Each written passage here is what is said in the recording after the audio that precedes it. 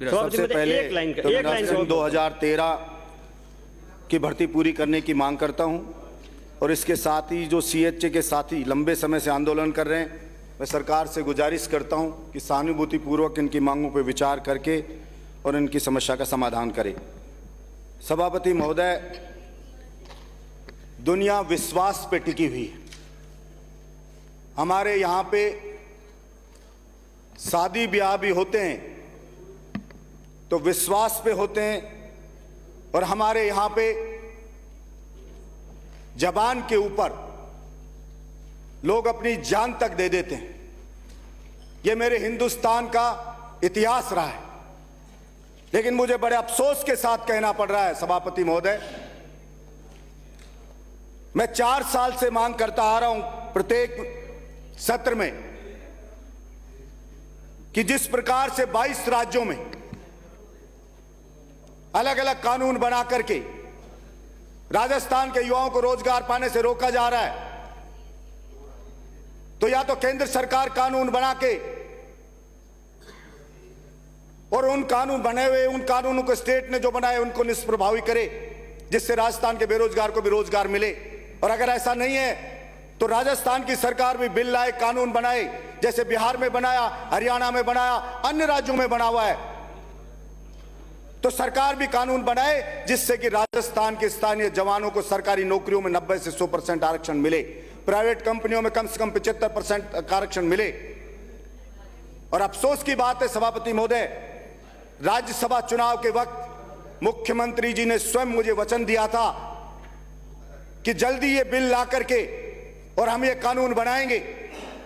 इतने दिनों से वेट करते रहे और अभी विधानसभा में जवाब आया कि ऐसा कोई कानून नहीं बनाने जा रहे हैं। जब मुख्यमंत्री जी खुद जबान देकर के एक विधायक को और फिर अगर मुकर जाएं तो इससे ज्यादा अफसोस की बात नहीं हो सकती है। इसलिए मैंने मांग की कि 5 लाख भर्तियां निकाले।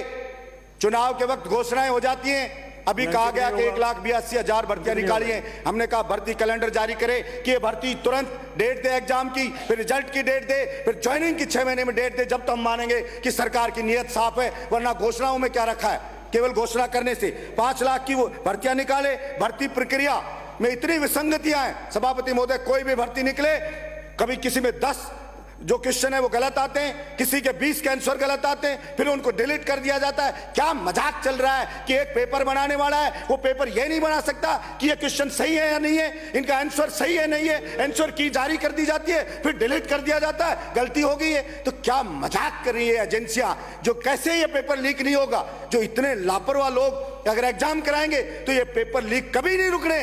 और ये टफ पेपर क्यों दिया जाता है सभापति महोदय, इसलिए दिया जाता है कि पढ़ने वाला बच्चा कांस्टेबल में भर्ती होना चाहता है, आईएएस का पेपर पकड़ा दिया, वो पढ़ेगा, उसका लेवल वही है, तो वो सेलेक्ट कैसे होगा, सोल्व कैसे करेगा। और जिसने पेपर चुरा लाया वो सोल्व करके दे देगा, उसका सिलेक्शन हो जाएगा, वो थानेदार बन जाएगा, वो अधिकारी बन जाएगा और वो बेचारा अपने घर रोता चला जाएगा। सभापति महोदय, मजाक चल रहा है राजस्थान के अंदर। लेकिन मैं कहना चाहता हूं राजस्थान की सरकार को कि आपने बलजीत यादव की सहन शक्ति को देखा है, बलजीत यादव के सीने में धड़कती हुई आग को आपने नहीं देखा है शायद। और मैं बलजीत यादव ऐसी सदन में आज घोषणा करता हूं, 2 बार सूर्य उदय से सूर्य अस्त होने तक मैं दौड़ा कि सरकार का ध्यान आकर्षित करवाऊं, सड़क पे दौड़ के भी करवाऊं, विधानसभा में भी करवाऊं। पता नहीं क्यों सरकार को हमारी आवाज, हमारी पुकार, गरीब की सिसकी, उसके टूटे हुए सपने की सिसकी सुनाई नहीं दे रही है। इसी सदन में आज मैं घोषणा करता हूं 16 तारीख से 200 की 200 विधानसभा के मुख्यालय पे बलजीत यादव वही काले कपड़े पहन के दौड़ लगाएगा इन्हीं बेरोजगार किसान और मजदूरों की मांगों को लेकर के, ताकि सरकार चेते और हमारी मांगों को सीरियस ले और मुख्यमंत्री जी मुझे दिया हुआ अपना वचन निभाए और जल्दी बिल ला करके वो कानून बनाए। और सभापति महोदय, कोचिंग के लिए घोषणा की, पहले 10,000 को फ्री कराते थे, अब हम 25,000 को करा देंगे। गरीब को, मजदूर को हम ऐसे करा देंगे, SC ST OBC को करा देंगे, BPL में करा देंगे। कितने लोग BPL के अंदर हैं? जनरल के, एक ओबीसी के जिनको कोचिंग कराओगे, अरे आप 25,000 को कराओगे। बलजीत यादव विधायक है, निर्दलीय, मैं फ्री कोचिंग मेरे बहरौड़ में मैंने चालू की है, इवन 10th 12th के लिए भी चालू की है कि साइंस का बच्चा भी पढ़े। वही कॉलेज के प्रोफेसर, स्कूल के लेक्चरर, बात करके बहुत सारे लोग होते हैं जो गरीब के बच्चों को फ्री पढ़ाते हैं, मैंने चालू की है। जब बलजीत यादव चालू कर सकता है तो क्या राजस्थान की सरकार नहीं चालू कर सकती? मैंने मेरे यहां पे सरकारी स्कूल खोल रखे, प्राइवेट स्कूलों में जाओ, लूट मचा रखी है प्राइवेट स्कूल वालों ने, लेकिन सरकारी स्कूलों की हालत ऐसी है। सभापति महोदय, मैं पूछना चाहता हूं सरकार से, अरे सरकारी स्कूल में एक चपरासी नहीं है, चपरासी नहीं है तो स्कूल में झाड़ू कौन निकालेगा, उसकी सफाई कौन करेगा, मेंटेनेंस कैसे होगा? तो गाड़ी आपने ले ली 1 करोड़ की।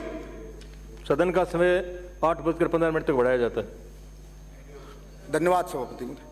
गाड़ी आपने खरीद ली मर्सिडीज के 1 करोड़ की लेकर के आ गए, सर्विस की उसकी करा नहीं रहे हो, मेंटेनेंस करा नहीं रहे हो, टायर अगर उसका घिस गया तो टायर बदला नहीं रहे हो, तो वो 1 करोड़ की वो चलेगी क्या? तो मजबूर चाहे 800 है वो भी उससे अच्छी रहेगी। इसलिए मैं सरकार से कहना चाहता हूं, ज्यादा बजट नहीं लगता। सभापति महोदय, मैं निर्दलीय विधायक हूं, मेरे क्षेत्र के स्कूल में गार्डन बना रहा हूं, ट्रैक बना रहा हूं और स्विमिंग पूल तक सरकारी स्कूल में मैं बना करके छात्रों को दे रहा हूं। तो जब बलजीत यादव दे सकता है तो सरकार क्यों नहीं दे सकती? लेकिन सभापति महोदय, पैसा वहां खर्च किया जाता है जहां मोटे आसामियों से माल आ जाता है। सभापति महोदय, राजस्थान की जनता की अगर कोई वास्तव में एसेट है, ताकत है, तो अभी इस वक्त एक जमीन नहीं है हिंदुस्तान में, और वो जमीन का जो बैंक है, लैंड बैंक है, वो मेरे राजस्थान के पास है। अब नजर उसके ऊपर पड़ गई है पूंजीपतियों की, और इसलिए लुटाने में लग गए। उस अडानी को सोलर पार्क बनाने के लिए 1.5 लाख बीघा जमीन देने की तैयारी सरकार कर रही है। अडानी के लिए बिल आ जाएगा कि कितनी जमीन ले लो, रिलायंस ले लो, कोई भी ले लो, टाटा ले लो, लेकिन यहां के बेरोजगार युवाओं के लिए बिल नहीं आएगा। यहां घर से भागने वाली छोरी को भगाने के लिए बिल आ जाएगा कि मां बाप नहीं रोक सकते, भागने दो इस बच्ची को, मां बाप का मुंह काला कर देने दो, लेकिन बेरोजगारों के लिए नहीं आएगा, किसानों के लिए नहीं आएगा। तो मैं सरकार से मांग करता हूं कि आप इतने ज्यादा अहंकार में ना रहें। जो जनता बनाती है वो जनता उतार भी देती है, जो सरकार बात गंभीरता से जनता की नहीं लेती है उसको आगे खामियाजा भुगतना पड़ता है। आपको भी खामियाजा भुगतना पड़ेगा। शरीफ लोग समय आने पे जवाब देते हैं, पता नहीं लगता है व्यक्ति को कि नीचे से जमीन खिसक रही है, उसको लगता है सब कुछ अच्छा अच्छा चल रहा है, लेकिन ऐसा है नहीं।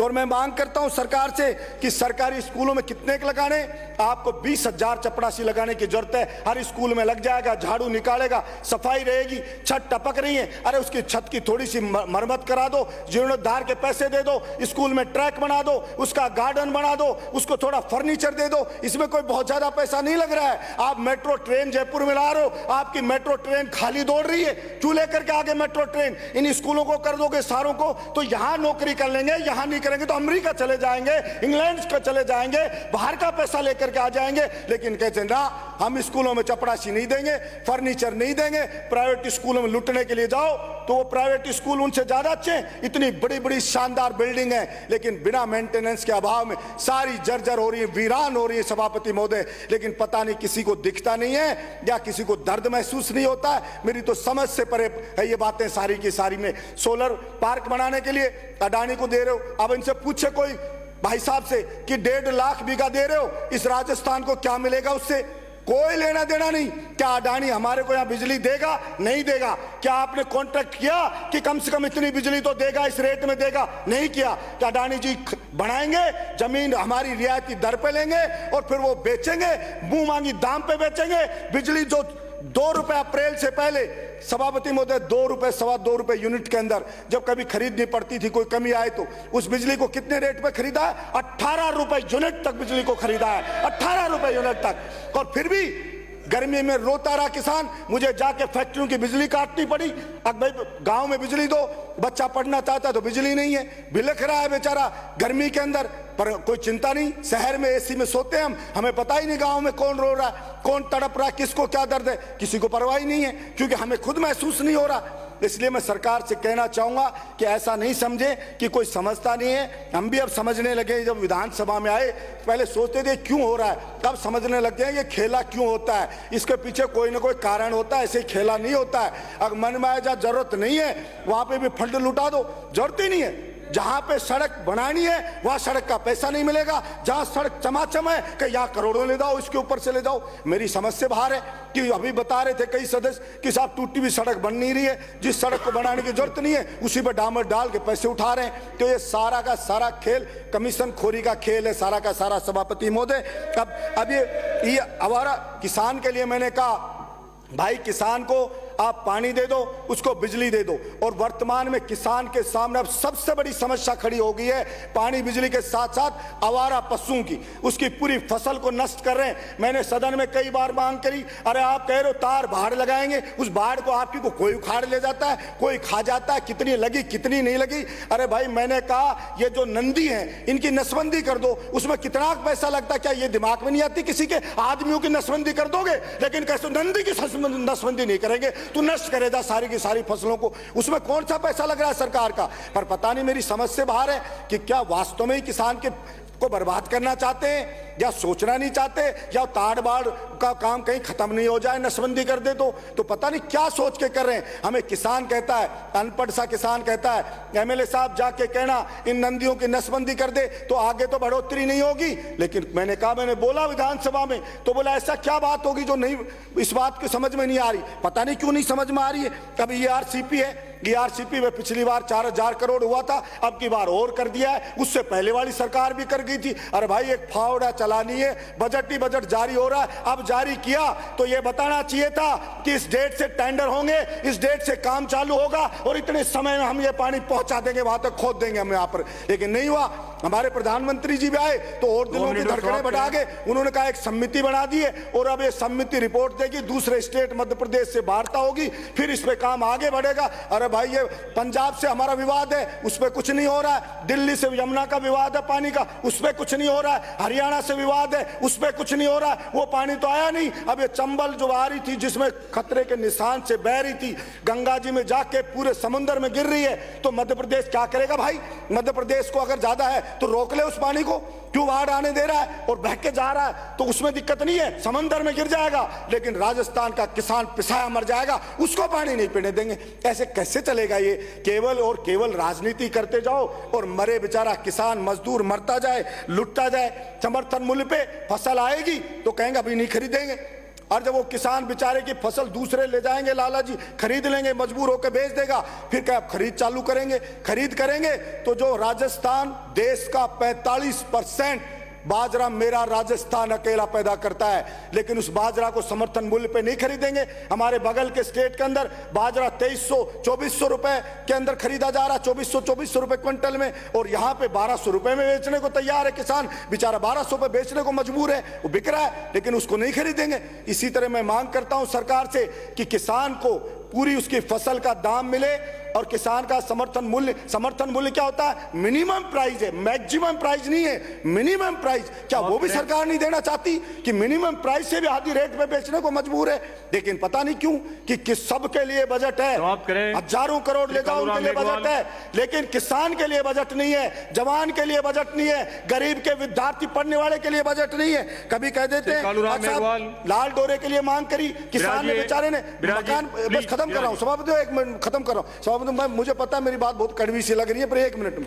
लाल डोरे के लिए आबादी बढ़ गई, कब से लाल डोरा निश्चित है लेकिन उसको पट्टा नहीं मिल रहा है, प्रशासन गांव के संग पट्टा मिल नहीं रहा है क्योंकि आबादी का लाल डोरे का विस्तार नहीं करो। अरे बरसों हो गए, क्या लोग बढ़े नहीं, जनसंख्या बढ़ी नहीं, ये बात समझ में नहीं आ रही, लेकिन उस लाल डोरे का विस्तार नहीं कर रहे हैं। विस्तार नहीं करोगे तो उसको पट्टा नहीं मिलेगा। इसलिए मैं सरकार से मांग करता हूं कि उसका भी करे। और एक वीसी खेलने का एक नया ट्रेंड चल गया आजकल, ये कोरोना भगवान क्या है, यहाँ पे आकर के वीसी छोड़ गए। अब मन में जो ले बैठ जाता अधिकारियों को, आज वीसी है 4 घंटे इसकी, फिर 4 घंटे इसकी, 2-2 बार सभापति महोदय वीसी चलती है, सब कुछ एकदम जाम हो जाता है, सारा प्रशासन वीसी में लग जाता है, प्रिंसिपल को वीसी बुला लेते हैं, टीचर से तरह तरह की सूचनाएं मांगते हैं, वो बच्चों को पढ़ाई कैसे, हर काम में लगा दिया। तो टीचर को पढ़ाई करने दे, पढ़ाई हो। और 3rd ग्रेड के टीचर है, ये बरसों से बाहर पड़े, इनको भी मौका देगा अपने